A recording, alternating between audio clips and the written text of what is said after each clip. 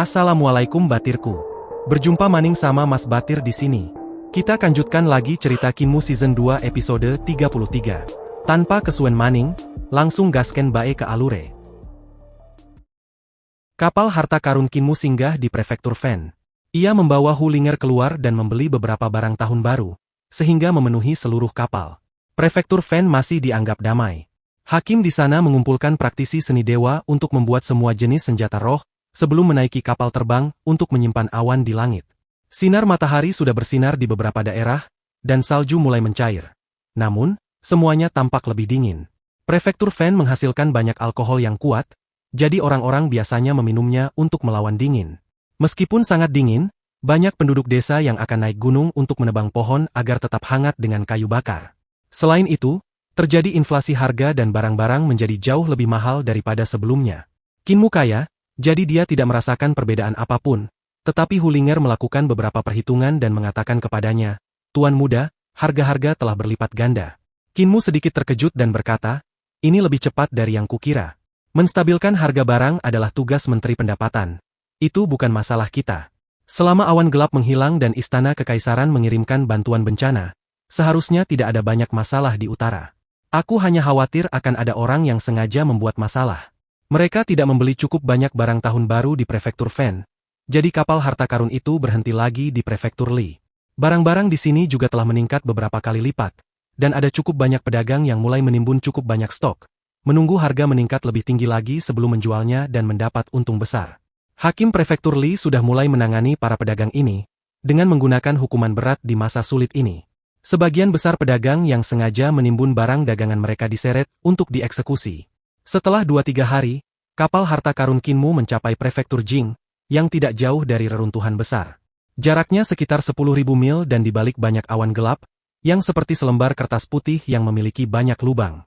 Sinar matahari bersinar melalui lubang-lubang ini. Tempat ini jauh lebih jauh, jadi tanahnya lebih luas dan penduduknya lebih sedikit. Itulah sebabnya kekacauan mulai terjadi saat bandit gunung mulai muncul untuk merampok keluarga besar. Banyak orang miskin terlihat membeku sampai mati di jalan saat mereka berbaring di samping perapian yang sudah padam. Ada juga beberapa pelarian yang membawa serta keluarga mereka di dunia es dan salju ini. Mereka berdesakan erat satu sama lain saat melangkah di sungai yang membeku dan menuju ke selatan dengan harapan menemukan kehangatan. Orang-orang tidak mengatakan apa-apa ketika seseorang terjatuh dari waktu ke waktu. Orang-orang ini akan berjongkok untuk mendapatkan sedikit kehangatan. Tetapi begitu mereka berjongkok, mereka tidak akan pernah bangkit lagi. Tempat-tempat yang digenangi air sungai berubah menjadi gunung es besar yang sesekali mengeluarkan suara berderit. Bongkahan-bongkahan es besar kemudian meluncur dari tubuh, yang tampak sangat mengerikan.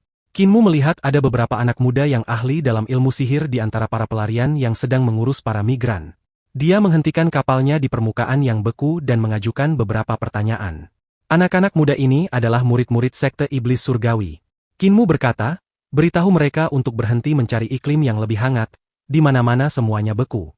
Mereka tidak mau mendengarkan. Salah satu murid sekte iblis surgawi melepas topeng yang melindungi wajahnya dari hawa dingin, dan memperlihatkan wajahnya yang merah tua. Ia kemudian berkata kepada pemimpin sekte muda mereka di bawah desiran angin dingin yang keras. Begitu orang-orang ini berhenti, mereka tidak akan punya harapan lagi. Jika mereka terus berjalan, masih akan ada harapan di hati mereka bahwa mereka dapat menemukan tempat yang hangat. Kinmu tercengang. Dia mengeluarkan beberapa barang tahun baru yang bisa menghangatkan orang dan menyerahkannya kepada para pengikut sekte iblis surgawi. Ini agar mereka bisa membagikannya kepada orang-orang yang sedang dalam kesulitan. Dengan seluruh kekaisaran yang tertutup es dan salju, para iblis dan monster juga akan keluar untuk mencari makanan. Kalian harus ekstra hati-hati. Dia tidak tinggal lama di prefektur Jing. Kapal harta karunnya terbang ke langit dan menuju reruntuhan besar. Musim dingin di Kekaisaran Perdamaian Abadi sangat dingin. Dan seiring berjalannya waktu, cuaca menjadi semakin dingin. Tak lama kemudian, banyak es yang menggantung di kapal harta karun, dan kecepatannya menurun drastis, sementara batu obat semakin menipis. Setiap beberapa ribu mil, Kinmu harus menghentikan kapal dan menjatuhkan es, baru kemudian kecepatan kapal dapat meningkat sekali lagi. Hulinger berdiri di samping tungku pil dan sesekali memasukkan batu obat ke dalamnya. Kinmu menjaga arah kapal harta karun yang terbang sangat rendah. Dia mengubah ki vitalnya menjadi ki vital burung vermilion, untuk mengelilingi tubuhnya dengan api yang menyala-nyala agar tidak membeku. Semakin jauh ke barat ia pergi, semakin sepi tempat itu. Semakin sepi tempat itu, Semakin banyak pelarian, dan semakin banyak orang yang mati membeku di jalan. Selain itu, daerah terpencil memiliki lebih sedikit praktisi seni dewa, jadi ada lebih banyak tempat tanpa matahari. Tempat-tempat ini masih tertutup oleh awan gelap tebal yang membuat cuaca semakin dingin. Kekuatan bencana salju ini jauh lebih besar dari yang diperkirakan Kinmu.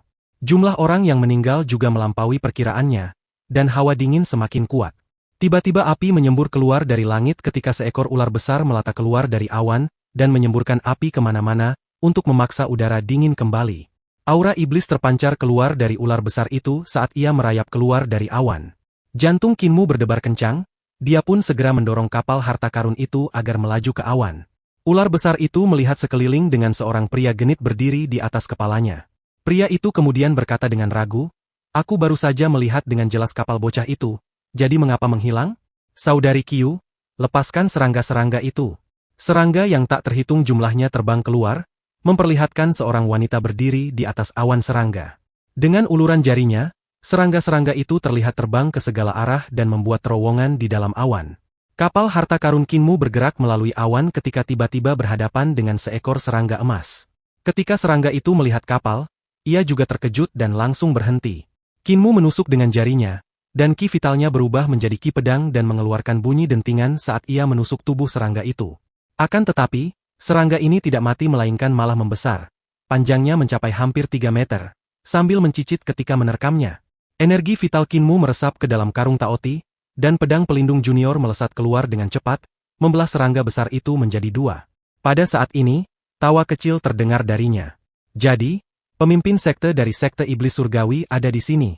Kinmu melihat ke arah sumber suara dan melihat awan di belakangnya berubah menjadi merah. Dia langsung tahu itu buruk dan berteriak, "Linger, nyalakan ketiga tungku pil hingga maksimal." Kobaran api yang besar meledak dan menyapu awan, menghantam haluan kapal harta karun itu. Kinmu segera memegang kemudi kapal agar tidak terlempar. Kapal harta karun itu bergoyang dan hampir jatuh dari langit akibat seni ilahi ini. Binatang-binatang perunggu di bawah kapal itu memuntahkan api dengan kekuatan maksimum yang meningkatkan kecepatan terbangnya. Dalam beberapa tarikan napas, mereka terbang keluar dari awan dan masuk ke udara segar. Watise. Angin dingin menghantam wajah Kinmu, dan dia menggigil kedinginan. Vital ki burung vermilion di sekujur tubuhnya mendingin, dan es segera menutupi wajah dan tangannya. Sebuah ledakan besar terdengar saat kapal harta karun itu melampaui kecepatan suara. Hulinger mematikan tungku pil di dasar kapal, dan api yang keluar dari mulut binatang perunggu menjadi lebih pendek. Dia berkata, "Tuan muda, kita tidak punya banyak batu obat yang tersisa." Kinmu menoleh ke belakang dan melihat kobaran api keluar dari awan.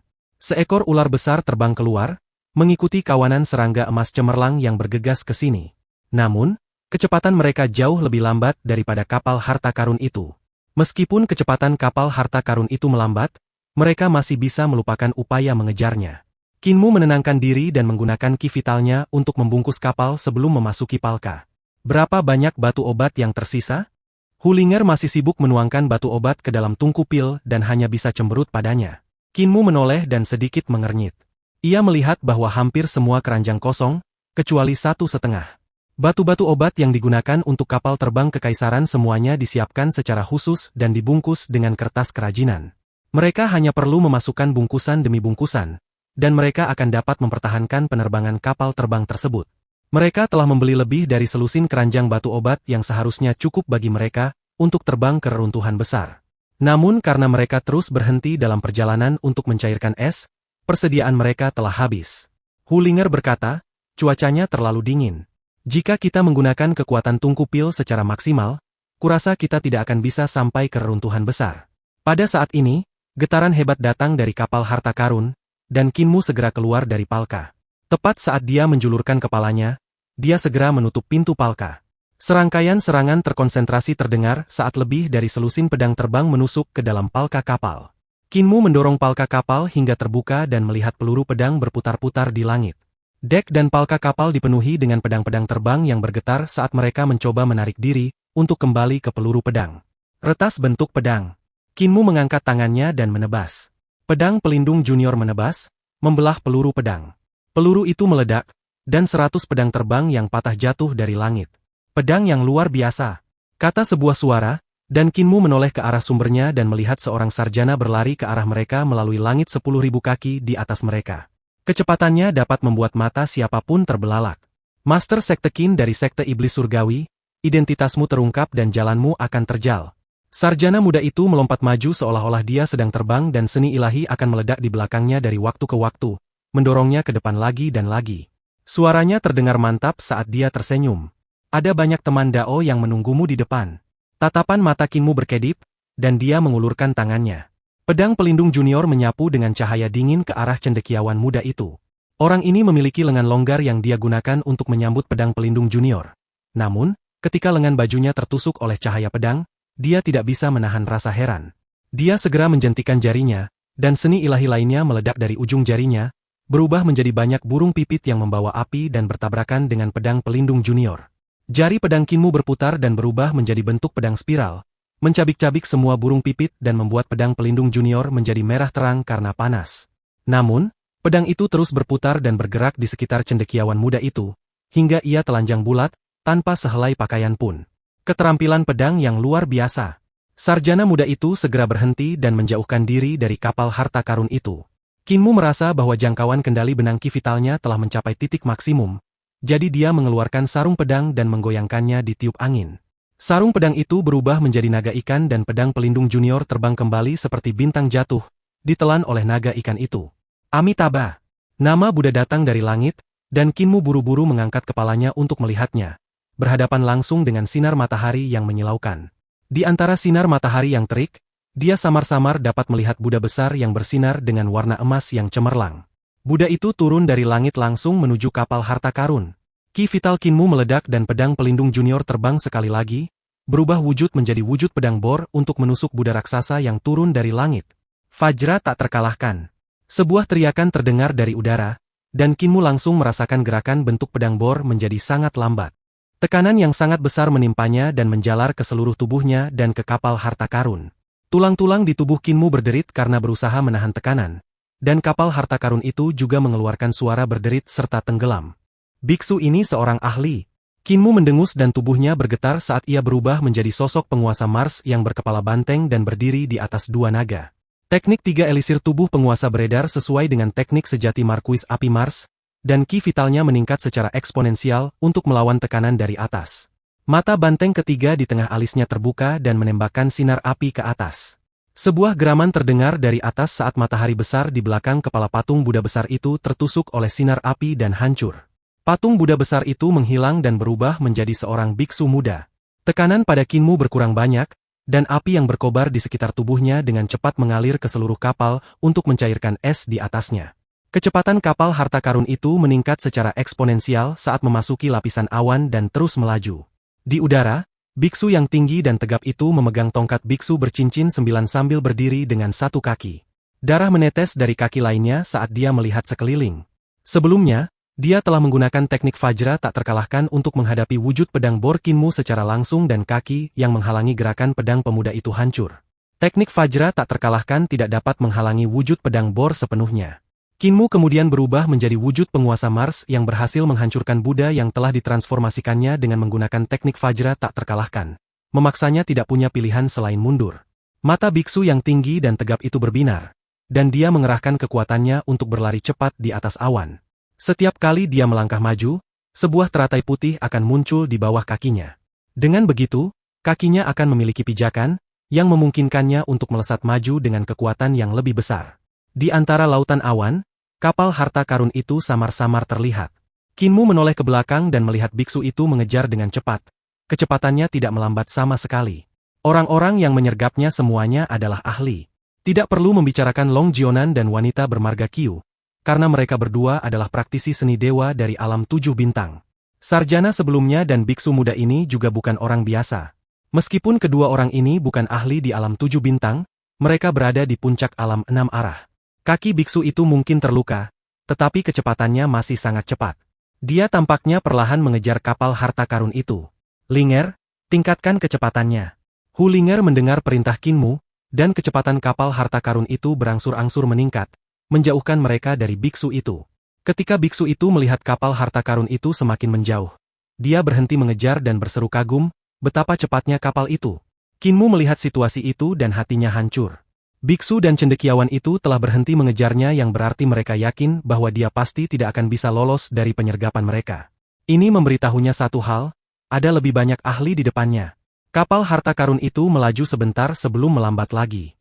Tidak banyak batu obat yang tersisa, jadi jika tungku pil terus menyala dengan kekuatan penuh, batu obat akan terbuang sia-sia dan kapal tidak akan bertahan sampai reruntuhan besar. Selama kita terbang keluar dari area yang tertutup awan, kita akan berada di wilayah reruntuhan besar. Saat itu, kita tidak akan jauh dari desa, hanya sekitar 1000 mil jauhnya. Kinmu membubarkan wujud penguasa Mars dan datang ke haluan kapal untuk melihat-lihat. Dia masih belum bisa melihat ujung lautan awan ini. Kecepatan kapal harta karun itu sekarang masih sangat cepat, tetapi udara dingin yang menghantam wajahnya masih bisa ditahannya. Pada saat ini, dia melihat pemandangan aneh di atas lautan awan yang sangat terang. Sekitar belasan mil jauhnya darinya, lampu warna-warni berputar terus-menerus, bersinar ke segala arah.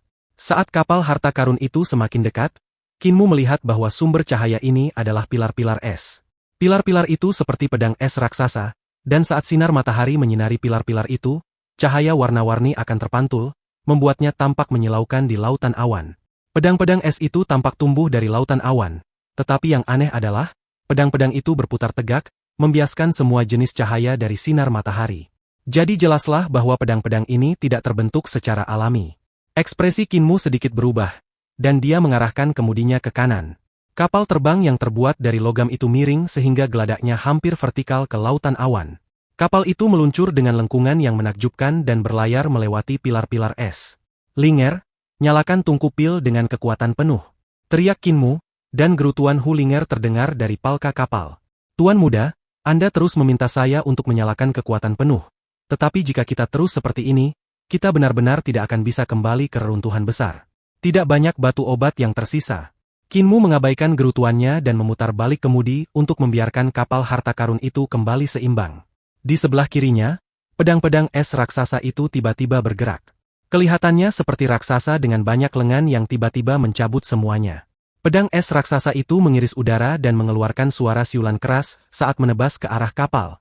Kecepatan kapal harta karun itu tiba-tiba meningkat, dan Kinmu mengendalikannya untuk menghindari pedang-pedang es yang menebas ke bawah. Dia menoleh ke belakang dengan tergesa-gesa dan melihat seorang wanita bergaun biru berdiri di antara pedang-pedang es yang besar. Dia sangat cantik tetapi memiliki tatapan dingin saat berjalan di antara pedang-pedang es itu. Ki vitalnya berwarna biru air. Dia telah menggunakan ki vitalnya untuk berubah menjadi lebih dari selusin lengan yang terus-menerus melakukan gerakan menusuk. Pedang es besar kemudian akan mengikuti dan melakukan gerakan yang sesuai. Untung saja dia tidak bisa mengejarku. Tepat saat Kinmu memikirkan ini, kecepatan wanita berpakaian biru itu tiba-tiba meningkat saat dia berlari cepat melewati awan. Saat dia berlari kencang, lengannya terus bergerak-gerak, dan Kinmu tertegun sejenak.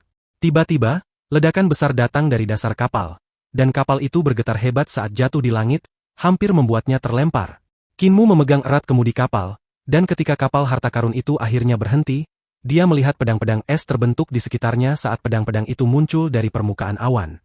Kapal harta karun itu telah bertabrakan dengan salah satu pedang es sebelumnya. Meskipun pedang es itu telah hancur berkeping-keping, kapal harta karun itu juga rusak parah. Kemampuan wanita ini sangat tinggi dan bahkan lebih hebat dari biksu tadi. Kecepatannya juga sangat cepat. Kinmu mengendalikan kapal harta karun untuk menghindari pedang es. Tetapi dengan semakin banyaknya pedang es yang tumbuh dari lautan awan, menghindarinya menjadi suatu tantangan.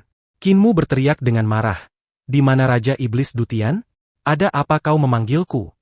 Dari palka kapal, Raja Iblis Dutian berjalan keluar dengan malas sambil berkata, bahkan jika kau membunuhku, aku tidak akan membantumu. Kinmu melihatnya seperti ini dan melampiaskan amarahnya padanya. Apakah kamu ingin berlutut dan menjilati jari kakiku lagi? Jika tidak, lebih baik kamu datang dan membantu. Kau pikir aku takut padamu? Raja Iblis Dutian mencibir. Tetapi dia tetap berjalan mendekat.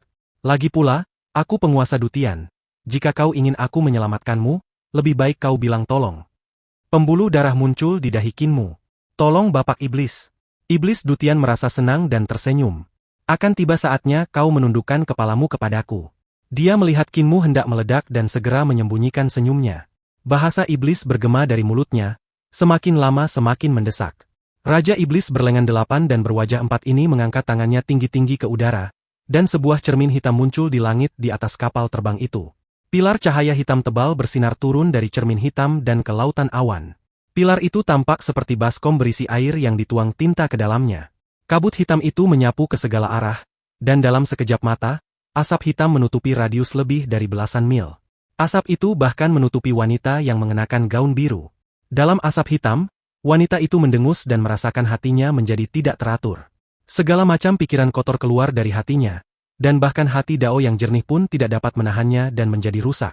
Rahasia kebenciannya memisahkan pedang surgawi memisahkan nafsu dan kebencian dari emosinya sambil menekan segala macam pikiran kotor di dalam hatinya. Hanya dengan begitu hati Dao-nya dapat menyatu dengan hati pedang, transparan dan murni. Sekarang hati pedangnya terkontaminasi oleh tinta, dan iblis di dalam hatinya bertindak, memenuhi hatinya dengan segala macam keinginan. Sayang sekali. Kalau saja aku punya cukup waktu, aku bisa melatih wanita seperti gunung es ini untuk menjilati jari kakiku hanya dalam waktu setengah hari. Raja Iblis Dutian mendesah. Suara Buddha terdengar dari kabut iblis saat biksu yang tinggi dan tegap itu tiba. Ia menggunakan tongkat biksu bercincin 9 miliknya tanpa penjelasan apapun. Cahaya memancar dari tongkat itu dan bersinar ke segala arah, membelah kabut iblis itu dan mengusirnya. Ketika biksu itu mengusir kabut iblis itu, tiba-tiba dia mendapati sosok yang panas jatuh ke dalam pelukannya, dan hati penganut agama Buddha itu hampir hancur berantakan. Orang yang telah jatuh ke dalam pelukannya tidak lain adalah wanita sedingin es dari istana perpisahan gairah. Pada saat ini, pakaiannya setengah terbuka dan dia hampir menelanjangi dirinya sendiri. Biksu itu segera mendorongnya dan berteriak, "Kakak senior Yu, kamu telah jatuh ke dalam mantra jalan iblis, apakah kamu tidak akan bangun?" Wanita itu diteriaki dengan suara Buddha yang keras dan iblis dalam hatinya pun sirna. Ia langsung tersadar kembali, dan wajahnya pun memerah. Ia segera menutupi tubuhnya dan berkata, "Aku malu, aku telah jatuh ke dalam mantra jalan iblis dan membiarkan mereka lolos." Master Sekte Iblis Surgawi Kinmu secara alami ahli dalam mantra jalur iblis, untuk menyihir hati orang dan merusak kultivasi mereka. Biksu muda itu menggoyangkan tongkat biksunya, dan cincin emasnya bergoyang, membantunya menekan iblis hatinya. Namun, dengan biksu kecil ini di sini, dia tidak bisa berlebihan. Senior Yu menggelengkan kepalanya. Kapalnya terlalu cepat, tidak akan mudah untuk mengejarnya jika dia melarikan diri. Tidak perlu khawatir kakak senior Yu. Dia tidak bisa lari. Di belakang mereka, cendekiawan muda itu menyusul dan berkata, "Murid dari Sekte Logika Miskin, cendekiawan Lan Yu menyapa kakak senior Banci dan kakak senior Yu. Bukan hanya kita yang memburu Master Sekte Iblis Surgawi ini. Hampir semua orang dengan kedudukan yang sama seperti kita telah bergerak. Mereka telah memasang jaring yang tidak bisa dihindari, jadi dia tidak akan bisa lari." Biksu Banci hendak mengatakan sesuatu ketika ia melihat segerombolan serangga menyerbu. Di antara mereka ada seekor ular merah besar yang mengendalikan gas iblis dan merayap. Kecepatannya sangat cepat, sehingga akan mencapai mereka dalam waktu singkat. Dia adalah kakak senior Qiu dari Kastil Tiga Keajaiban dan tuan muda Sekte Penunggang Naga Long Jionan. Cendekiawan Lan Yu melihat dan berkata, "Temperamen Long Jionan aneh dan jahat. Dia menyukai pria dan mengejarku selama setengah hari ketika dia melihat bahwa aku tampan. Jangan sampai kita bertemu dengannya." Pada saat ini, cahaya pedang yang tak terhitung jumlahnya saling bersilangan di awan yang jauh, tampak sangat menyilaukan. Mata biksu Banci berbinar, dan dia berkata, "Aku ingin tahu ahli sekte pedang mana yang telah mencegat Master Sekte Iblis Surgawi, mari kita bergegas." Semua orang langsung setuju, siap bergerak keluar, saat mereka melihat seseorang meloncat ke awan bagaikan seekor kera sambil mengejar kapal harta karun itu. Ahlinya Sekte Pedang Kera Adipati, pendekar muda Yuan San. Lan Yu mengenali orang itu dan langsung berteriak, "Kakak senior Yuan San, mustahil bagi Master Sekte Iblis Surgawi untuk melarikan diri. Jadi mengapa kita tidak mengepung dan memusnahkannya bersama-sama?" Yuan San menghentikan langkahnya dan menunggu mereka menyusul. "Ada pedang harta karun di tangan Master Sekte Iblis Surgawi, jadi peluru pedangku dihancurkan olehnya. Kapalnya juga aneh, tidak terbuat dari kayu melainkan logam. Aku menusuknya dengan ribuan pedang namun aku tetap tidak dapat menghancurkannya. Itu terbuat dari besi hitam, saat bertabrakan dengan pedang es pemisah kebencian, pedang itu tidak hancur, tetapi pedang es pemisah kebencian yang hancur." Sebuah kapal bercangkang besi yang terbang di langit, semua orang saling memandang dengan cemas. Bagaimana kapal seberat itu bisa terbang? Lan Yu menoleh ke belakang, dan raut wajahnya sedikit berubah. "Long Jionan sudah di sini, ayo kita pergi secepatnya." Kinmu menyingkirkan Yuan San dari jejaknya dan segera memeriksa sekelilingnya. Ribuan lubang telah terbuka di kapal harta karunnya oleh pedang terbang, dan udara bocor di semua tempat. Yuan Shan dari Sekte Pedang Kera Adipati sangat lincah, dan gerakan serta serangannya sangat lincah.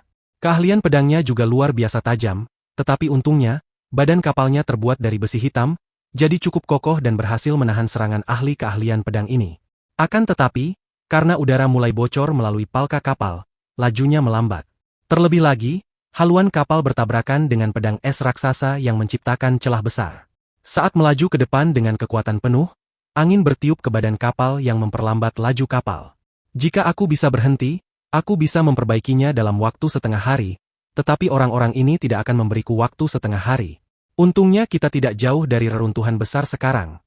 Tepat saat Kinmu memikirkan hal ini, suara Hulinger terdengar dari bawah. Tuan muda, kepala binatang perunggu di bawah kapal telah terpenggal. Apakah itu penting? Kinmu sedikit terkejut dan berkata, tidak penting, pendaratannya hanya akan sedikit bergelombang. Si rubah kecil menjulurkan kepalanya dari palka kapal dan bertanya dengan mata berbinar. Seberapa bergelombang? Kinmu bertanya padanya dengan bingung. Apa yang kamu tanyakan ini? Kita kehabisan batu obat, katanya dengan keras dan jelas. Tuan muda tidak menyadarinya? Kapal kita perlahan-lahan turun, jadi kita akan segera jatuh dari langit. Meskipun kapal harta karun itu masih terbang maju, Kinmu sekarang menyadarinya mulai turun ke lautan awan. Dia segera memutuskan, Linger, bangunkan babi itu. Saatnya dia berkontribusi. Raja Iblis Dutian menjadi marah. Buah Jindul, siapa yang kau panggil babi? Aku jelas-jelas ikut andil. Hulinger memutar matanya ke arahnya. Kita tidak sedang membicarakanmu, tapi lihatlah kau mengakui bahwa kau seekor babi. Tuan muda sedang membicarakan tentang naga besar. Naga besar, bangunlah, jangan tidur lagi. Kapal ini akan jatuh dan Tuan muda berkata akan sedikit berguncang. Naga Kilin perlahan bangkit dan merangkak keluar dari palka. Perutnya terseret ke lantai, dan dia menggerutu. Kamu masih memanggilku naga besar beberapa hari ini. Apakah dia bisa terbang? Kinmu sedikit khawatir. Dia segera memeriksa semua barang tahun baru di palka kapal, dan menyimpannya di dalam tas taotinya. Dia kemudian meraih Raja Iblis Dutian, berpikir untuk memasukkannya juga. Namun mulut karung taoti itu tidak cukup besar, jadi ia hanya bisa memasukkan satu kaki. Kinmu berpikir untuk membongkar tubuh Dewa Iblis ini, tetapi Raja Iblis Dutian berkata dengan marah. Apa yang kau lakukan? Jangan bongkar aku, kesadaranku sekarang berada di tubuh ini dan jika kau bongkar, kesadaranku juga akan ikut terbongkar. Tidakkah kau tahu cara menggunakan karung ini? Gunakan ki vitalmu untuk menyalakan mulut taoti. Mata Kinmu berbinar, dan energi vitalnya mengalir keluar dan menerangi tanda-tanda taoti di karung itu. Tiba-tiba, bukaan karung itu membesar dan berubah menjadi mulut taoti yang besar. Mulut itu memiliki radius 20 meter dan dapat menelan Raja Iblis Dutian secara utuh. Ini memang lebih mudah digunakan. Kinmu terkejut sekaligus gembira.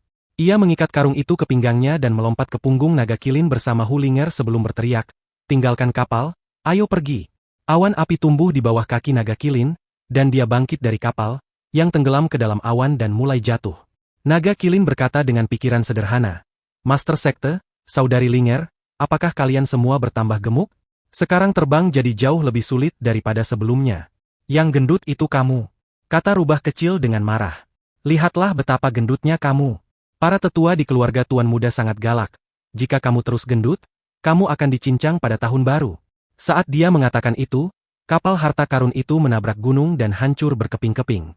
3 tungku pil meledak dan 3 ledakan keras terdengar.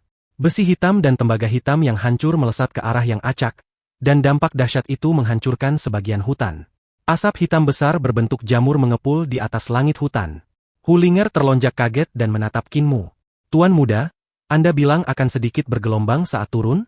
Hehe, Kinmu berteriak ke naga Kilin, naga gendut, kalau kamu tidak berlari lebih cepat, kamu akan dimakan saat tahun baru.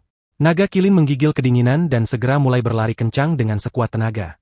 Awan api di bawah kakinya membesar dan menjadi lebih kuat, meningkatkan kecepatannya secara eksponensial. Namun, setelah berlari sejauh belasan mil, ia mulai terengah-engah tanpa henti. Pada saat ini, puluhan cermin muncul di sekitar naga Kilin. Cermin-cermin ini muncul dari puncak gunung di bawah mereka. Setiap cermin memiliki 8 sudut yang berputar mengelilinginya. Cermin-cermin itu membesar karena angin dan memiliki radius 3 meter. Saat ini, jaraknya 300 meter dari cermin-cermin itu. Naga Kilin melihat bahwa situasinya buruk dan segera turun. Namun, ada juga cermin yang datang dari bawah yang menghalangi jalannya. Naga Kilin hendak berlari ke atas ketika sebuah cermin juga datang dari atas. Cahaya pedang melesat dari gunung dan menghantam salah satu cermin dengan bunyi berdenting. Cermin itu kemudian memantulkan cahaya pedang ke cermin lain. Dengan cermin yang memancarkan cahaya dari satu ke yang lain, semakin banyak cahaya pedang datang dari puncak gunung di bawah dan terpantul. Cahaya pedang bertambah banyak, dan dalam sekejap, mereka menjadi jaring yang sangat terkonsentrasi. Namun dari puncak gunung, tampak lebih banyak lagi cahaya pedang yang terbang di atasnya. Sungguh keterampilan formasi yang aneh. Rambut Kinmu berdiri tegak. Ini adalah semacam formasi pedang yang menggunakan cermin. Mereka memantulkan cahaya pedang, berkonsentrasi sehingga hampir tidak ada cahaya pedang yang terbuang. Namun, menghancurkan formasi pedang ini juga mudah. Aku hanya perlu menghancurkan cermin-cermin ini. Kinmu mengangkat tangannya, dan pedang pelindung junior menebas ke arah cermin yang terang. Namun, cahaya pedang yang tak terhitung jumlahnya mengenai pedang pelindung junior dan menghancurkannya. Pedang itu terjatuh dan terguling ke dalam hutan di bawah. Kultivasinya jauh lebih tinggi dariku. Aku rasa dia adalah praktisi seni dewa di alam 6 arah, atau alam 7 bintang. Hati Kinmu hancur. Dia mengeluarkan sarung pedang, siap untuk mengambil kembali pedang pelindung junior. Area di mana naga kilin bisa bergerak menjadi semakin kecil. Dia tiba-tiba menggoyangkan kepalanya dan membuka mulutnya untuk mengaum. Raungannya seperti 10.000 guntur surgawi yang meledak pada saat yang sama, menghancurkan cermin di langit sekaligus. Tanpa cermin yang dapat diandalkan, jaring pedang yang sangat padat itu langsung lenyap. Suara terkejut terdengar dari gunung di bawah. Sungguh makhluk yang kuat, memiliki kemampuan sekuat itu. Ketika naga kilin mendengar kata biadab, dia tidak dapat menahan amarahnya dan memuntahkan bola api ke puncak gunung di bawahnya. Cahaya pedang terbang ke samping dari sana. Itu adalah manusia dan pedang yang berhasil menghindari serangan naga kilin. Puncak gunung itu meledak dan awan api yang membumbung ke segala arah memisahkan manusia dan pedang itu, melemparkan mereka ke dalam hutan. Namun, orang itu masih belum mati, karena ia kembali naik ke langit. Sebuah cermin tergantung horizontal di depannya, dan begitu cahaya bersinar dari dalamnya, cahaya pedang seperti pilar melesat keluar. Naga kilin berlari menjauh, meninggalkan cahaya pedang di belakangnya. Namun, cahaya pedang itu lebih cepat daripada naga kilin dan berhasil mengejarnya. Naga kilin mengguncang tubuhnya, membesar saat ia menampakkan wujud aslinya. Ia berubah menjadi raksasa yang panjangnya lebih dari 120 meter, dan dengan sapuan ekornya yang sangat besar, cahaya pedang itu hancur berkeping-keping. Pendekar pedang itu tertegun sejenak, lalu berteriak, betapa besarnya binatang buas. Naga kilin menoleh ke belakang. Ia memuntahkan seberkas api yang menyala-nyala. Pendekar pedang itu tahu bahwa itu sama sekali tidak baik dan segera naik ke awan di atas untuk menghindari serangan ini. Namun, ia segera melihat seberkas cahaya yang cemerlang itu membelah awan dengan panasnya yang hebat. Jeritan memilukan terdengar dari langit, tetapi mereka tidak tahu apakah pendekar pedang itu masih hidup atau tidak. Cahaya matahari kemudian berhamburan turun dari lubang di awan tebal itu. Naga gendut sungguh hebat. Puji Hu Linger. Kinmu menatap awan yang terpotong-potong dan memasang ekspresi khawatir. Di antara mereka yang mengejar mereka tadi, yang memiliki kultivasi tertinggi adalah Long Jionan dan wanita dengan ekspresi dingin dari Istana Perpisahan Gairah. Mereka berdua dari alam 7 bintang. Berikutnya adalah biksu, sarjana, dan sisanya yang kekuatannya berada di antara alam 6 arah dan alam 7 bintang. Orang-orang ini hanyalah garda depan dan tugas mereka adalah menguji apakah ada ahli di sekitar Kinmu. Bagaimanapun, dia adalah pemimpin sekte dari sekte iblis surgawi, jadi pasti ada penjaga atau makhluk kuat lain di sekitarnya. Sekarang, naga kilin telah mereka temukan. Kekuatan pukulan naga kilin ini bukanlah sesuatu yang bisa ditangani oleh Long Jionan dan yang lainnya. Ini berarti bahwa makhluk yang lebih kuat sekarang harus bergerak. Segitu dulu untuk episode kali ini. Kita lanjut di next episode ya. Matur suwun.